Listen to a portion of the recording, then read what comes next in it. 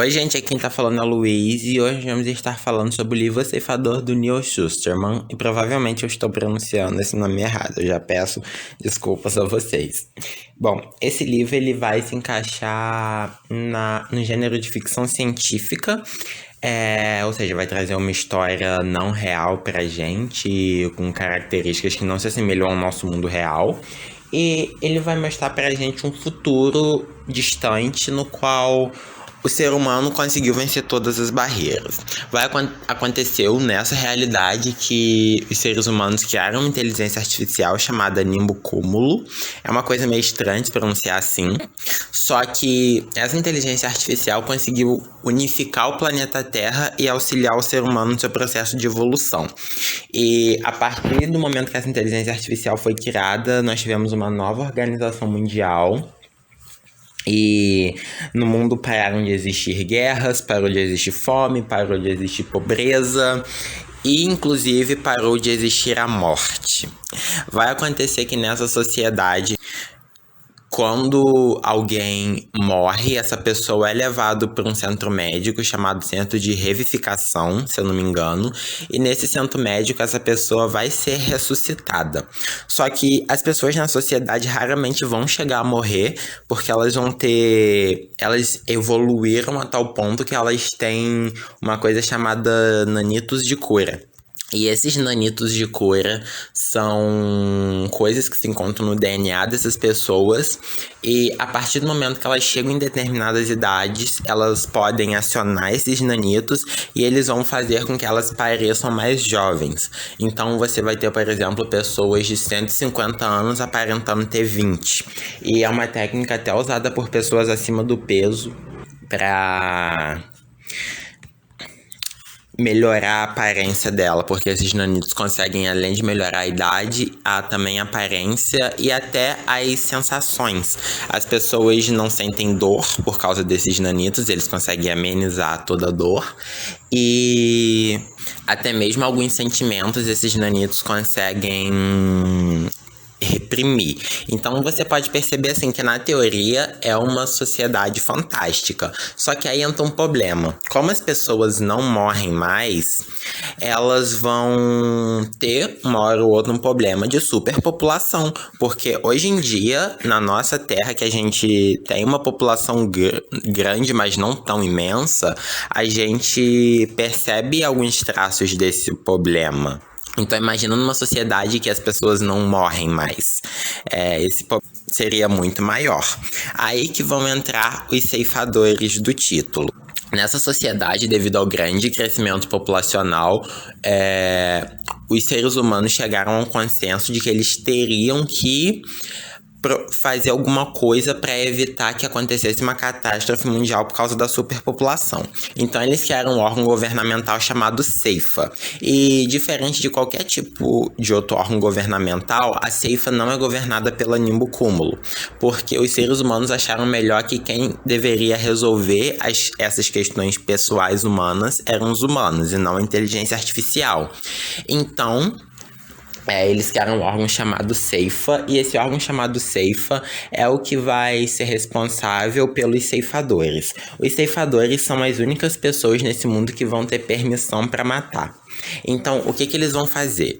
Eles vão usar mantos especiais que vão destacar eles da maioria da população e eles vão ter licença para matar. Obviamente, mas eles não vão usar o termo matar, eles vão usar o termo coletar, justamente porque a morte nessa sociedade é um tabu muito grande. Não é uma coisa igual a nossa que a gente sabe que a gente vai morrer um dia, né? A sociedade não. As pessoas acreditam que elas vão viver para sempre. Então a morte para eles é um grande tabu. E esses ceifadores, eles têm uma cota semanal que eles têm que seguir e matar, coletar, né, o número de pessoas que essa cota exige.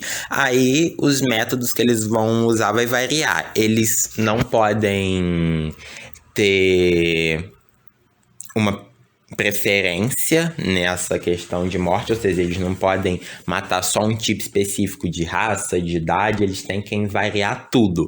Então eles vão fazer extensas pesquisas sobre índices de mortes numa coisa que eles vão chamar da Era da Mortalidade, e a Era da Mortalidade vai representar a nossa sociedade de hoje, o nosso mundo. Então eles vão fazer vários estudos sobre índices de morte em determinadas situações e ir coletando as pessoas a partir desses índices. Vai ter, por exemplo, um caso de um estudante que é conhecido como popular da escola, e ele já bateu de carro várias vezes, já fez algumas coisas erradas, então ele vai ser coletado levando em conta o índice de mortalidade que se tinha entre estudantes que não pensavam nas consequências de suas atitudes, né? Se aquilo poderia levar à morte ou não. Então, esse estudante vai ser coletado.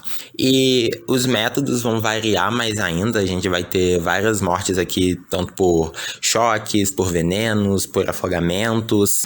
Isso vai ficar à escolha do ceifador. Só que aí, minha gente, vai entrar aquele problema, né? Como eu já disse, é o ser humano que comanda esse órgão chamado Ceifa. Então é o ser humano que controla isso tudo. E a gente sabe que onde tem ser humano, tem corrupção. E é exatamente isso que vai acontecer.